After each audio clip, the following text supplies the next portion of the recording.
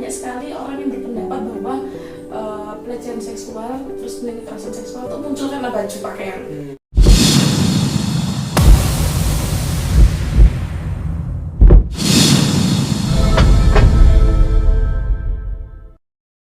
Hello everyone, welcome back to podcast Jagongan Jogoroso Pituturan. Jika pada podcast sebelumnya kita membahas seputar hal-hal yang inspiratif dan juga produktif, kali ini kita akan membahas tentang hal-hal yang sangat dalam, brutal, vital, bahkan gempar, tentunya di podcast Jagongan. Kali ini saya tidak sendirian, saya ditemani oleh seorang aktivis perempuan Kota Malang, yaitu Inas Akila Sabrinata yang kerap dipanggil Mbak Inas. Kali ini saya akan mendengarkan langsung bagaimana cerita, penjelasan, dan juga pemaparan tentang seputar dibalik tabir Hari Valentine. Langsung saja, tapi jangan lupa like, comment, subscribe, and share channel ini. So, ini dia Mbak Inas. Apa kabar, Mbak? Halo, sehat, alhamdulillah. Kita baru kali ini podcast di malam hari. Oh iya. Tapi aman kan, Mbak, perjalanan dari rumah? Alhamdulillah aman, cuman sekarang Batam dingin banget ya perjalanannya. Iya, saya juga mendengar Mbak Inas kayaknya serak-serak banget. Iya. Sakit atau gimana? Musimnya, rada-rada. Emang musim ya? Iya. Ya, juga banyak tim-tim dari Adi Group dan juga Indo Tribun juga mengalami penurunan stamina tubuh. Iya. Iya. Mbak Ines, kalau boleh tahu asli Batu atau Malang? Untuk aslinya asli Batu, tinggal juga di Batu. Terus kemudian karena tempat kerja di Malang, jadi aktivitasnya ya mondar-mandir. Makanya tuh akhirnya rada drop ya karena cuacanya ya. Terus juga kecapean. Berarti Mbak Inas kerja. Iya. Kalau boleh tahu kerja di mana, Mbak? Di salah satu perusahaan ya, korporasi. Di bagian hukum. Di bagian hukum. Iya. Berarti Mbak Inas jenjang pendidikannya di hukum. Iya. Oh, gitu. Siap. Iya. Mbak Inas, sebelum kita membahas seputar hal-hal yang dalam ini tentang Hari Valentine dan kekerasan seksual nanti, kalau boleh tahu apa sih kegiatan Mbak Inas, aktivitas Mbak Inas? Aktivitas dalam organisasi ya. Iya, semua. Kalau aktivitas dalam organisasi itu sama seperti teman-teman pada umumnya, aktivis banget lah ibaratnya. Kalau ya gak aktivis banget sih, saya juga sering kayak masuk angin juga kok. Cuman sekarang juga aktif di salah satu organisasi kemahasiswaan, pengurus cabang juga, membahas tentang urusan perempuan, kemudian advokasi perempuan. Kemudian juga walaupun memang saya nggak sampai turun ke bawah karena saya bukan tenaga ahli, bukan seorang konselor, bukan seorang penyedia layanan untuk advokasi kasus perempuan. Cuman memang sebisa saya, ketika memang saya mampu untuk bareng-bareng advokasi dengan teman-teman komunitas yang lain, saya bisa coba untuk saling bantu. Kemudian juga mungkin karena saya ini ya, maksudnya teman-teman anak-anak biasa aja, bukan tenaga ahli seperti tadi saya bilang. Jadi saya hanya berhenti di semisal nih dampingi curhat bareng sama orang-orang yang memang perasaannya atau kepercayaan dirinya rapuh. Apalagi teman-teman perempuan ya, kadang karena banyak banget di organisasi, di lingkungan keluarganya, itu yang memang butuh pendampingan. Ya walaupun memang saya bukan seorang tenaga ahli, bukan konselor profesional, jadi sebisa saya mendampingi lewat chat, support, dan seperti itu. Berarti kayak semacam kalau ada teman-teman perempuan yang curhat itu iya, pasti saya bantu. Mbak Inas jadi undang. Iya. Ya, Saya juga gak punya ini sandaran ini. Mana? Saya sama teman-teman perempuan nih, saya teman-teman saya sama sahabat-sahabat saya, kita saling menguatkan. Semisal nih saya ini kan ada salah satu mahasiswi juga di salah satu kampus. Baru kemarin cerita bahwasanya dia ternyata juga korban KS di keluarganya. Nah kalau udah seperti itu saya juga bingung saya harus seperti apa. Saya akhirnya mesti cerita ke konselor-konselor, saya tanya ini gimana Mbak, ini harus saya seperti apa. Akhirnya karena memang ceritanya ke saya, percayanya ke saya berikan adalah treatment seperti menguatkan, kemudian meyakinkan. Semisal memang butuh ruang aman, saya membantu mencarikan shelter. Cuman karena memang pada dasarnya orang tersebut itu tidak mau keluar, jadi saya tidak bisa mengarahkan untuk ke shelter sebagai ruang amannya ya. Jadi saya hanya bisa membantu memberikan kenyamanan dan support. Nah itu saya mesti akhirnya cerita sama teman-teman, karena hal seperti itu kita gak bisa memberikan keputusan sendiri. Jadi perlu sesama perempuan itu juga perlu support dari orang lain. Iya betul. Gitu. Cuma berarti pundaknya tidak hanya sekedar, kalau perempuan itu ngeluhnya tidak hanya sekedar laki-laki ya, tapi ke perempuan juga gitu. Apalagi ini bukan tentang perihal kebucinan, bucin romansa dan segala macamnya, tapi lebih bagaimana dia melindungi dirinya begitu. Benar. Saling menguatkan ya. Jadi Mbak Inas ini aktif di berbagai organisasi keperempuan. Iya. Kalau di kemahasiswaan kan di bidang keperempuan. Iya. Begitu. Betul. Berarti kita tidak salah untuk kemudian mengundang aktivis perempuan di Kota Malang yang bergelut menjadi pundak dari para perempuan yang mahasiswa yang ada di Kota Malang begitu. Siap. Mbak, kalau boleh tahu Mbak, kan biasanya di hari Valentine kemarin 14 Februari itu kan kalau kita melihat di media sosial banyak orang memberikan karangan bunga kayak hari kasih sayang gitu ya. Sebenarnya kalau dalam perspektif keperempuanan itu Mbak, memang begitu atau memang ada sejarah di balik itu Mbak? Nah terkait hari Valentine sendiri ya, memang ada beberapa hal yang menjadi perbincangan. Contohnya nih, semisal ada peristiwa Lupercalia. Kalau misalnya kita lihat sejarahnya itu dari dewa Lupercus. Itu zaman Romawi kuno kan. Sedangkan itu juga sebelumnya ada juga pembahasan dari zaman Yunani kuno, dewa Zeus dan juga Dewi Hera. Cuma ketika memang dibawa ke daerah Romawi, jadi berbeda dewa juga, itu dewa Lupercus itu sendiri. Nah, itu masih pro kontra ya, masih banyak perbincangan asal usul hari Valentine yang benar gimana. Ada yang bilang pasca dari Lupercalia itu menjadi asal usul peristiwa hari Valentine. Kemudian ada juga pendapat bahwasanya hari Valentine diperingati karena meninggalnya Valentino, Santo Valentino. Ada juga yang mengatakan bahwasanya itu muncul karena penyair Geoffrey Chaucer yang kemudian meromantisasi tanggal itu, yang kemudian dibantu oleh para penyair-penyair lainnya, sehingga muncullah hari Valentine itu. Jadi banyak sekali penyebabnya, cuman belum ada penyebab yang jelas mengatakan bahwasanya hari Valentine ini ya itu karena peristiwa ini. Cuman karena simboliknya warna merah. Nah, merah itu merah darah dari peristiwa Lupercalia. Jadi dianggapnya juga lebih besarnya ke peristiwa Lupercalia. Dan di peristiwa Lupercalia itu adalah di sana terjadi kayak apa ya, hura-hura pada zaman dulu ya. Itu kayak hura-hura minuman keras dan melakukan ritual-ritual seksual dan segala macamnya. Itu benar nggak Mbak? Lah, Mbak juga belum melihat atau membaca referensi yang jelas membahas terkait itu. Cuman di beberapa sumber Mbak baca bahwasanya itu memang terjadi, bahkan ada proses penyembelihan domba yang kemudian diambil kulitnya, kemudian dibawa oleh para perempuan mengelilingi beberapa gedung. Yang kemudian kulit domba itu dicambukkan kepada perempuan dan dianggap sebagai membawa keberkahan terkait kesuburan. Nah, ada anggapan seperti itu pada zaman Romawi kuno. Itu dari beberapa sumber mengatakan seperti itu. Cuman belum ada sumber yang sangat jelas dan mengatakan bahwasanya peristiwa ini memang seperti ini kondisinya dengan berbagai sumber dan alat bukti begini. Cuman di sumber-sumber media dan beberapa esai mengatakannya seperti itu.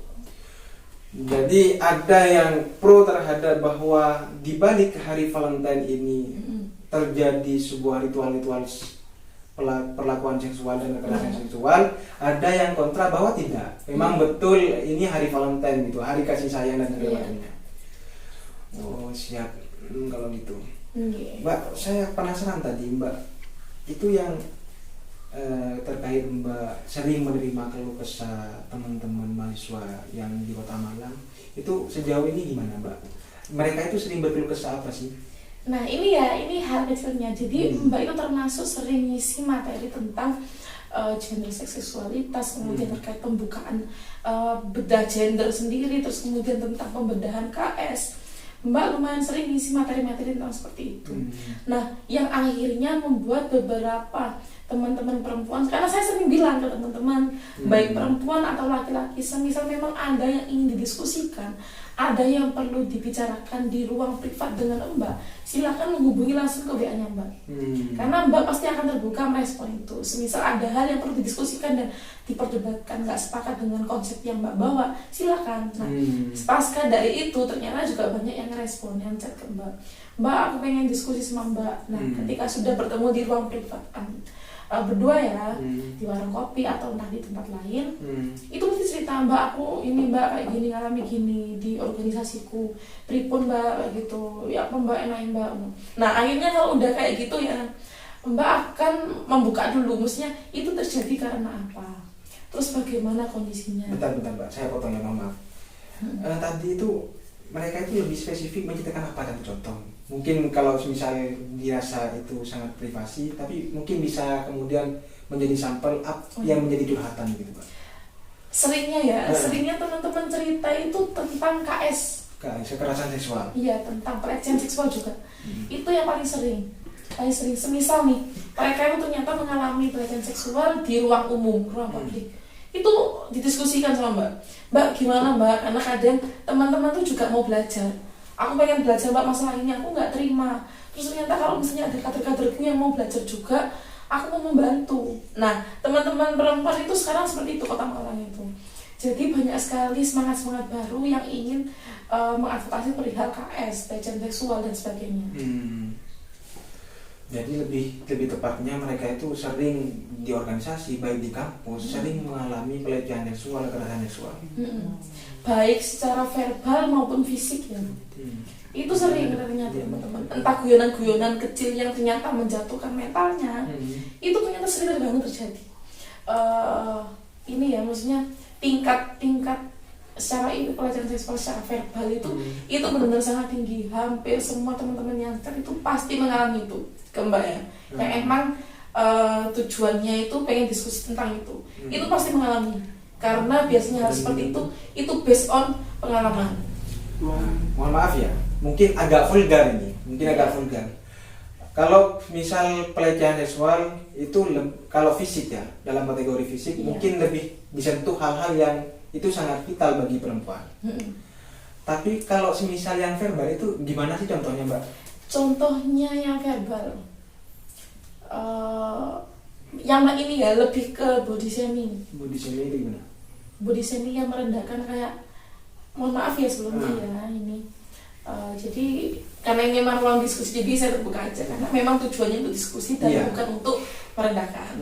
Jadi contohnya kata-kata yang memang menyakiti perasaan dan juga itu merendahkan, itu seperti semisal kayak, ih kamu kok seksi banget itu apa namanya, payudara kamu gede banget kayak gitu. Nah kata-kata seperti itu ternyata menjatuhkan. Jadi bikin teman-teman yang dikatain itu jadi minder, malu. Itu sering banget. Bahkan apa nih dalam agenda ngaji tahlilan, datang teman-teman perempuan, misal contohnya ya. Terus kemudian udah pakai baju tertutup nih. Ini yang anehnya.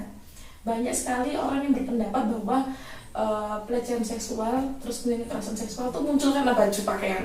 Padahal nggak seperti itu. Orang agendanya tahlilan, teman-teman tuh pakai baju tunik panjang menutupi bagian-bagian tubuh tertentu, itu masih bisa dilecehkan. Bagus banget, seksi banget. Nah, hal seperti itu yang memang sering dilanggengkan sama teman-teman. Niatnya itu guyon, tapi guyonnya tidak pada tempatnya. Dan itu merendahkan banget bagi Mas.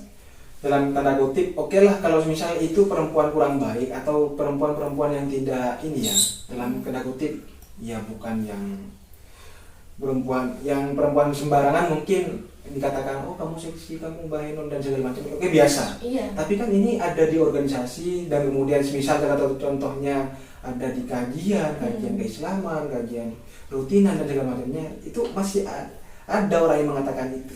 Masih, dan itu tinggi banget ya. Kalau misal kita buka persentase, saya buka data ya, mohon izin sebentar buka AP.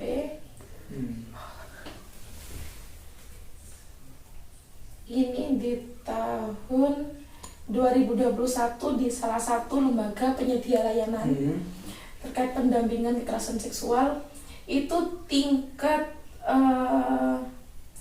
KDRT itu tinggi di angka 16 kasus untuk lembaga tersebut, bukan Kota Malang. Lembaga tersebut aja ya, lembaga itu banyak. Lembaga tersebut ini aja itu 16 kasus KDRT. Kemudian kasus-kasus lain, apalagi kasus KS-nya. Kasus KS itu di angka 38 yang paling tinggi. Pembuangan bayi ada 2 kasus. Terkait ekonomi ada 3 kasus. Ini di kota tertentu ya? Di kota yang atau selain di Kota Malang? Iya. Selain di Kota Malang? Iya. Ini belum kita buka secara keseluruhan di kota tersebut. Itu belum dibuka secara jelas sebagai itu. Kalau misalnya kita mau buka nih datanya, itu pasti tinggi. Apalagi kasus KDRT itu tinggi banget, tingkat KDRT itu. Itu data yang ditemukan dan data yang berserakan dan belum bisa kita angkat itu masih banyak. Masih banyak sekali, itu justru lebih banyak. Karena banyak sekali kasus-kasus yang memang korban ini tidak mau untuk speak up. Makanya itu perlu kita itu untuk mendampingi, kita bareng-bareng support supaya baik dari pihak korban atau teman-teman yang lain yang memang mengetahui itu, kita sama-sama bisa membersamai proses. Akhirnya saya beserta teman-teman komunitas, teman-teman organisasi, kita itu memupuk pemahaman, kita memupuk perspektif, juga memupuk terkait keberpihakan.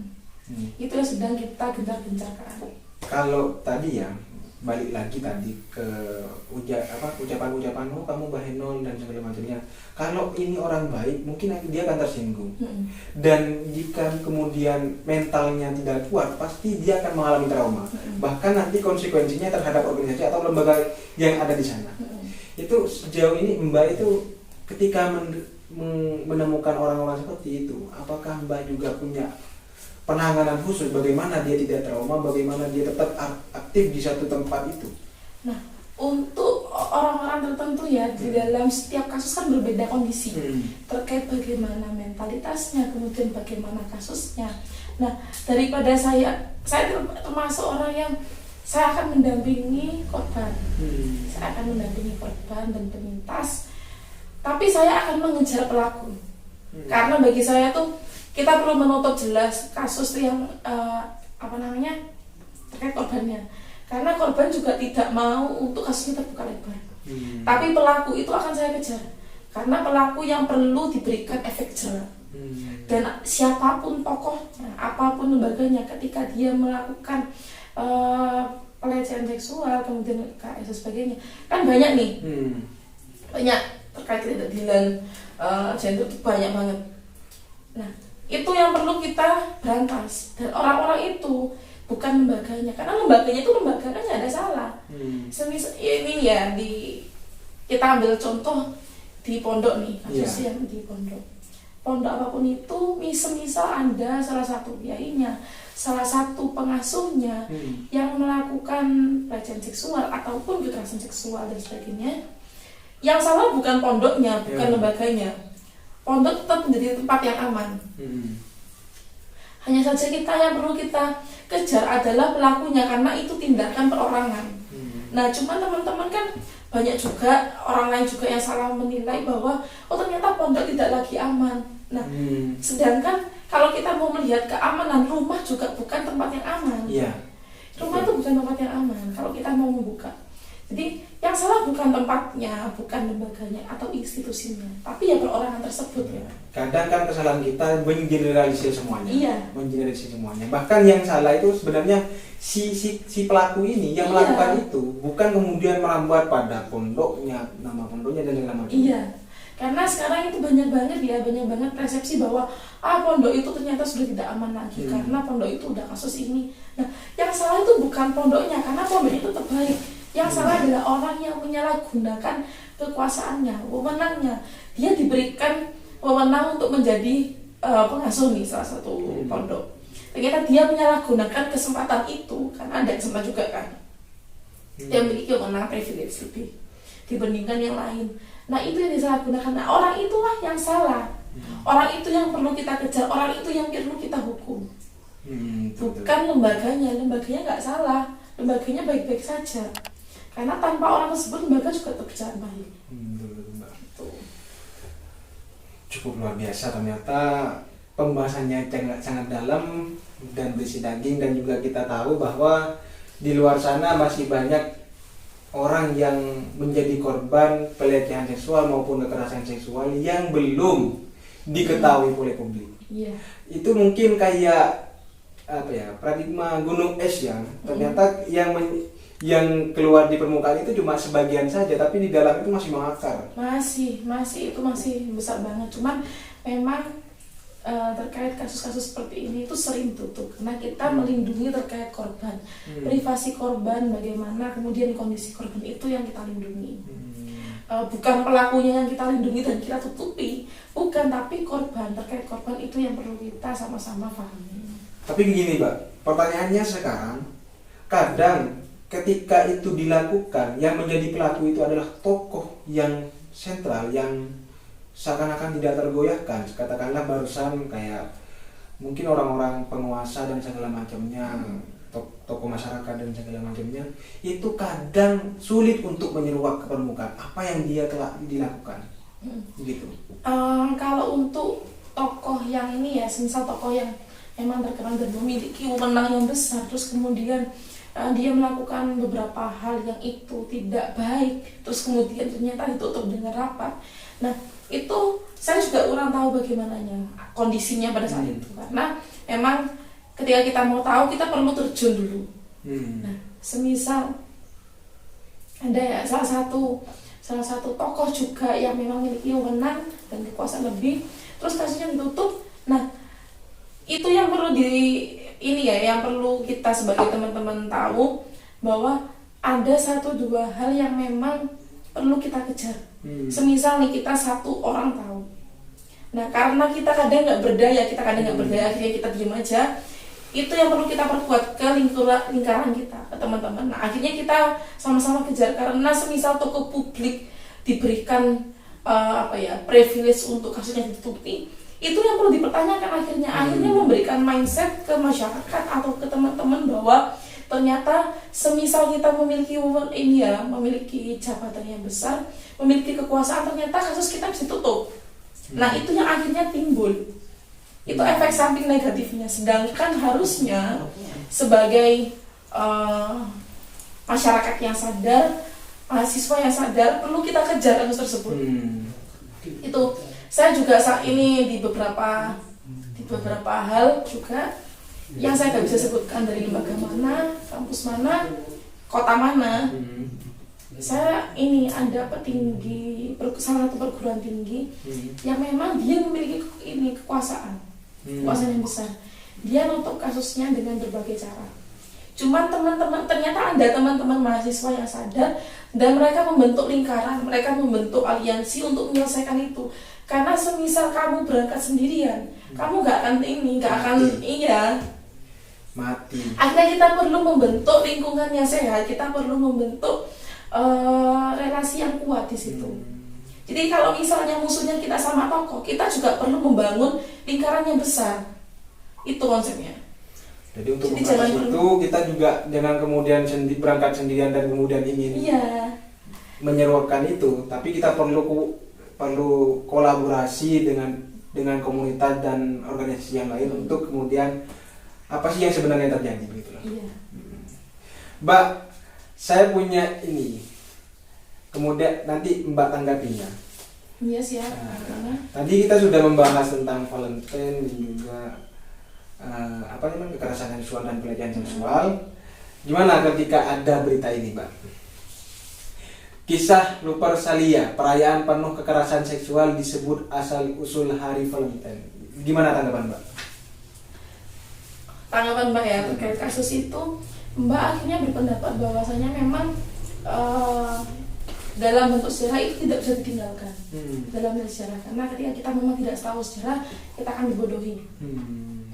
Cuman untuk itu akhirnya perlu kita sadari bahwa ternyata pada zaman dulu itu tingkat penindasan perempuan itu sangat tinggi, sehingga itu kita gunakan sebagai pelajaran dan alat untuk tidak akan mengulangi hal itu lagi.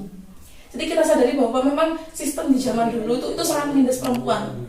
Perempuan dijadikan budak, perempuan dijadikan sebagai nilai pertukaran. Itu kan pada saat di kasus Lupercalia itu ada perjodohan acak. Maksudnya laki-laki sebagai subjek itu memilih perempuan acak, dan perempuan yang dipilih ya udah harus menerima, dan itu hanya sebagai budak seksual. Jadi ketika memang mau meneruskan ke pernikahan atau apa, itu tergantung dari pihak laki-laki di kasus itu ya. Apakah laki-lakinya mau meneruskan atau tidak, atau mau cari perempuan lain, silakan. Nah di kasus itu sehingga perlu kita pahami bahwa nilai sejarah itu perlu kita tinggalkan dan kita jadikan pelajaran. Cukup di situ. Jadikan pelajaran saja. Ya. Oke, selanjutnya miris awal tahun 2022 kasus kekerasan anak dan perempuan di Lebak didominasi oleh kejahatan seksual. Ini tidak hanya di Lebak kayaknya. Gimana tanggapan Mbak? Kalau kasus itu tidak hanya di Lebak. Karena kasus itu dimanapun berada, kasus terkait kejahatan seksual sangat tinggi. Pemerkosaan, kemudian penganiayaan, itu sangat tinggi sekali. Di salah satu negara itu juga tinggi, di Indonesia juga sama. Bahkan di salah satu kota ya, barusan beberapa minggu yang 2 minggu yang lalu itu ada kasus yang ini menurut saya miris juga. Saya miris banget kasus ini. Ini saya karena viral saya belajar, saya cari tahu sedikit bahwa kasus itu ada salah satu seseorang gadis yang dia keluar rumah untuk membeli kuota internet. Namun dia ternyata nggak pulang selama 4 harian. Nah akhirnya dicarilah oleh kedua orang tuanya. Dicari, ternyata malah ketemu di pematang sawah, kondisi terikat, baik mulutnya atau tangannya, dengan kondisi telanjang dan sudah meninggal.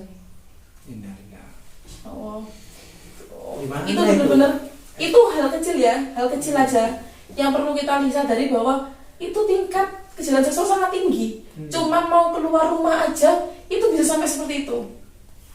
Jangankan pondok atau lembaga-lembaga yang lain, rumah sendiri pun ternyata belum aman. Belum tentu aman. Bahkan tingkat insest itu tinggi juga. Anak yang diperkosa oleh bapaknya, kemudian oleh pamannya itu tinggi. Pemerkosaan itu biasanya dilakukan oleh orang terdekat. Itu sangat tinggi kasusnya, dan memang terbukti bahwa kebanyakan ya itu pemerkosaan dilakukan oleh keluarga sendiri. Jarang ya nggak jarang juga, cuman dari tingkat persentasenya itu lumayan rendah kalau pemerkosaan dilakukan oleh orang yang nggak dikenal. Itu. Ini lagi Mbak, yang terakhir.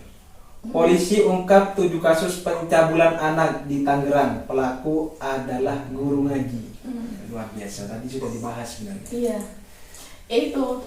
Cuman kebanyakan yang di framing adalah guru ngaji.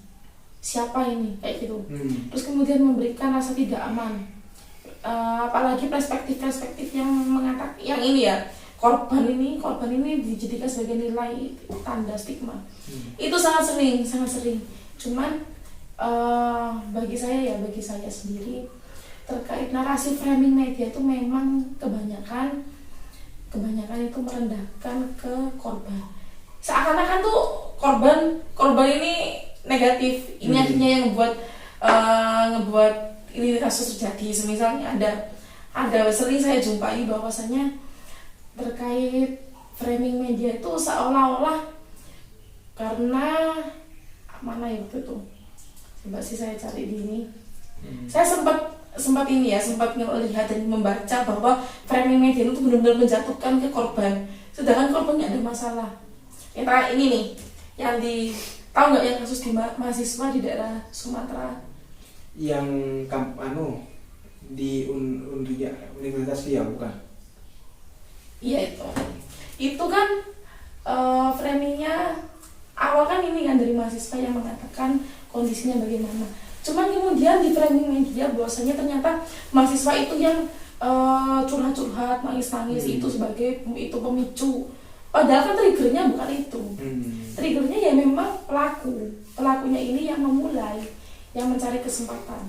Ya karena apa? Karena ada privilege khusus, yaitu dia sebagai dosen dan dia pemegang kuasa atas nilai-nilai si mahasiswa tersebut.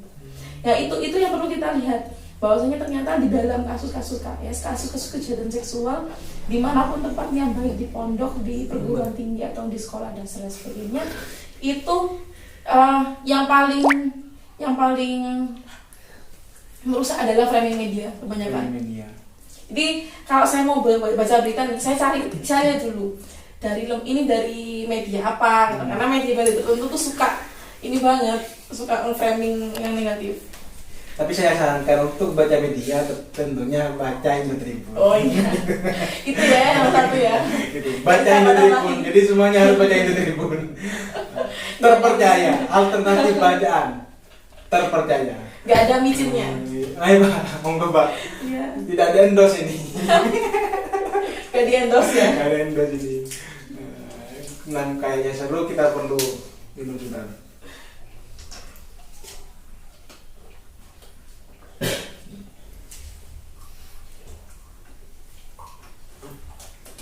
Ya Mbak, terkait barusan, saya lebih begini Mbak.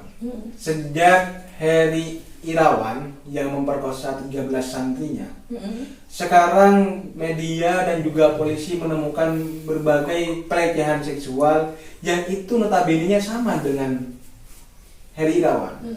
Artinya saya lebih ini kayaknya ada konspirasi kok guru-guru ngaji, tokoh-tokoh masyarakat yang kemudian lebih banyak diangkat. Tidak semisal orang preman atau segala macamnya, sebenarnya kan ada, tapi tidak terungkap gitu. Gimana kalau Mbak melihat itu?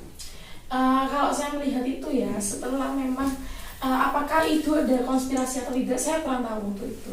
Karena apa? Karena setiap kasus kondisinya berbeda, dan kita perlu ada di sekitar situ supaya kita dapat membaca kondisi realitanya. Kita nggak bisa open map kalau kita nggak ada di situ. Yang kita tahunya cuma dari luar. Jadi cuman kenapa Mbak mau terkait kasus kayak gini tuh kok barengan? Ya karena kadang lembaga-lembaga pendidikan tuh itu disepelekan oleh pemerintahan memang di beberapa hal. Nah kasus KS hanya cekuak salah satunya itu mungkin setelah dilakukan pemeriksaan menyeluruh. Oh ternyata di setiap ini banyak, akhirnya juga ketika memang nih ya ada salah satu yang berani sebutkan. Nah ternyata yang lain itu juga berani. Karena biasanya memang suatu hal tuh yang perlu keberanian itu perlu dipelopori. Jadi saya rasa bahwasanya memang kasus itu dimanapun ada, dimanapun tempatnya, itu memang perlu orang untuk mendampingi. Nah sekarang kita ini ya, kalau misalnya kita lihat, saya sebagai seorang mahasiswa yang saya nggak punya patron, saya nggak punya orang yang nge-backup, saya nggak tahu saya harus gimana, saya pasti akan lebih milih diam. Karena saya juga memiliki banyak ketakutan, saya takut gak lulus, saya takut nilai saya jelek jadi dan sebagainya. Karena saya nggak tahu harus gimana. Beda halnya ketika sudah ada satu orang yang berani, akhirnya itu akan jadi nilai tambahku untuk berani ngomong. Oh udah ada temennya kok, aku akhirnya harus berani nih ngomong. Nah itu salah satu nilai. Kayaknya itu akhirnya sekarang kita di media, kita rame ketika memang ada yang perlu untuk kita dampingi bersama. Itu kan banyak sekarang, ada Komnas HAM, kemudian KPAI, terus kemudian banyak lembaga penyedia layanan. Kalau di Malang ada BCC Dian Mutiara, kemudian ada juga layanan Kopatara. Itu kalau di Malang ya? Iya. Ternyata cukup luar biasa sekali, mendalam sekali. Gimana ya, agak ngeri-ngeri gimana barusan saya menyimak itu. Tapi Mbak, mungkin ini menjadi tips dan juga hal-hal yang perlu dilakukan oleh teman-teman mahasiswa yang ada di Malang dan juga di semua mahasiswa yang menonton channel ini. Gimana Mbak untuk melindungi diri agar terhindar dari kekerasan seksual maupun pelecehan seksual, Mbak? Oke. Kalau untuk saya sendiri, saya berpemahaman bahwa terkait pelecehan atau kekerasan seksual itu bisa menimpa siapapun tanpa melihat dia jabatannya apapun. Itu bisa menimpa siapapun, baik verbal maupun fisik ataupun mental. Itu bisa menimpa siapapun. Cuman saya menjaga dengan memiliki teman-teman atau relasi yang positif, bukan yang toksik. Baik teman, sahabat, pacar atau siapapun itu. Dan saya selalu, ini ya kebiasaan saya dan teman-teman, kita selalu belajar bahwasanya ada hal kecil semisal itu perkataan atau apa yang menyinggung, kita lebih baik untuk mengatakan dengan tegas. Kita menolak dengan tegas dan menegur dengan tegas. Itu yang biasa kita berikan pemahaman ke teman-teman. Misalnya semisal memang teman-teman merasa nggak nyaman dengan satu situasi, dengan salah satu orang, dengan cara bicaranya yang merendahkan atau seperti apapun, kita selalu meyakinkan bahwa lebih baik kamu katakan itu dan jangan sampai itu jadi hal yang meracun ke tubuhmu, ke pikiranmu dan ke mentalmu. Itu yang saya dan teman-teman sedang usahakan ke teman-teman yang lain juga. Oh, gitu. Itu jadi kita perlu di situasi yang seperti ini, dimanapun, rumah pun tidak aman bagi kita. Kadang orang-orang yang nggak jelas buru-buru datang pinjam apa kayak, kemudian ternyata masuk ke dalam rumah dan entahlah apa yang dilakukan. Mbak, sebagai closing statement dari pembahasan kita, apa sih yang ingin disampaikan Mbak sebenarnya? Oke. Yang saya ingin sampaikan ya, baik ke laki-laki atau ke sesama perempuan, kita perlu untuk saling memahami, saling menjaga apa yang akan kita katakan, karena belum tentu semua orang bisa menerima apa yang kamu maksud. Baik niat kamu bercanda atau apapun itu, kita perlu ini menjaga apa yang kita akan ucapkan. Tuh, karena kita nggak bisa menjaga apa yang akan orang lain katakan, lebih baik kita menjaga apa yang akan kita ucapkan. Baik tingkah laku dan juga ucapan itu sendiri. Tuh, dan sesama perempuan ini yang paling penting, yaitu untuk menciptakan relasi yang positif. Relasi yang positif itu yang paling penting bagi saya. Karena semisal kita bertemu dengan relasi yang negatif, yang toksik, itu bukan laki-laki atau bukan siapapun itu yang akan menyerang mental, tapi diri sendiri. Karena ternyata kita nggak nyaman dan kita menahan. Itu. Relasi yang positif berarti jangan cuma kalau ini dalam lawan jenis ya, tentang percintaan mungkin. Itu harus jangan cuma sekedar cari yang good looking, good rekening, tapi good attitude. Betul. Itu nomor satu sih. Ya. Biar kita yang bagi perempuan ya biar ada yang melindungi, dan harus cari mungkin salah satunya teman-teman di belakang gitu. Gitu. Di belakang layar ya. Oke, cukup luar biasa Mbak. Sebenarnya banyak yang mau dibahas terkait kekerasan seksual, pelecehan seksual, bahkan sebenarnya kita bumbui dengan ini ya, Hari Valentine. Iya. Gitu. Terima kasih banyak Mbak Inas. Semoga bisa bertemu di lain waktu. Siap. Selamat beraktivitas dan saya ucapkan sekali lagi terima kasih banyak. Ya. So, itu pembahasan kita terkait dibalik tabir Hari Valentine dan juga seputar kekerasan seksual dan pelecehan seksual. Jangan lupa subscribe, like, comment, and share, dan terus ikuti channel ini, maka kalian akan mendapatkan hal-hal yang baru, hal-hal yang positif, dan juga tetap menginspirasi dan membuat kalian produktif setiap harinya. Mungkin itu yang dapat kita sampaikan, kurang lebihnya mohon maaf. Sampai jumpa di podcast selanjutnya. Bye bye.